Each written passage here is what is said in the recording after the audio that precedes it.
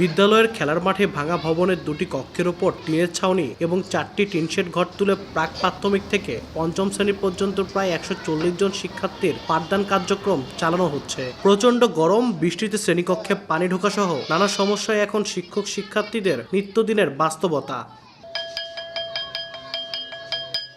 অন্যদিকে ব্যস্ত মহাসড়ক পারাপারের জন্য নেই কোনো আন্ডারপাস বা ফুট ওভারব্রিজ, ফলে প্রতিদিন জীবনের ঝুঁকি নিয়ে শিক্ষার্থীদের বিদ্যালয়ে আসা যাওয়া করতে হচ্ছে।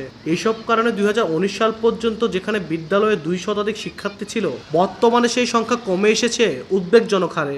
বৃষ্টির দিনে ক্লাসরুমের মধ্যে পানি উঠে যায়, গরমের দিনে টিন শেড, গরম তো অত্যাধিক গরম। ফুট ওভারব্রিজ অথবা আন্ডারপাস হলে ভালো হয়। এই স্কুলে একটা মাঠ নেই, আমরা খেলাধুলা করতে গেলে এই টিনের সাথে বেজে আমাদের হাত পা কেটে যায়। এই স্কুলের মাঠ ছিল অনেক বড়, এখানে ক্রীড়া প্রতিযোগিতা শুরু করে এই এলাকার যদি কেউ মারা যেত তার জানাজা পর্যন্ত এই স্কুলে হল। 2020 সালে যে রোড সংস্কারের জন্য জায়গা দখল করা হলো, তখন আমাদের এই রোডের ভিতরে যাওয়ার কারণে এই বিল্ডিংগুলো ভাঙা পড়ছে। আগের মতো করে আমাদের এখানে একটা ফিল্ড দরকার। এই ছেলেপেলেগুলো অ্যাসেম্বলি করবে, কোথায় করবে? ভেঙে দেওয়ার কারণে বর্তমানে এই টিন শেড কোনো রকম রুম করে আমরা এখানে পাঠদান প্রক্রিয়া পরিচালনা করছি। খুবই অচিরেই যদি আমাদেরকে একটা বিল্ডিং করে দেওয়া হয়, আমরা বিদ্যালয়টা আরও সুন্দরভাবে পরিচালনা করতে পারবো। বিদ্যালয়টির ভবন নির্মাণ ও নানান সংকট সমাধানে শিক্ষা কর্মকর্তা দিলেন গতানুগতিক আশ্বাস। রাস্তার উন্নয়ন কাজের জন্য স্কুলটিকে ওই সময় আংশিক অংশ ভাঙার প্রয়োজন হয়েছিল। খুব শীঘ্রই PDP 5-এ অন্তর্ভুক্ত করে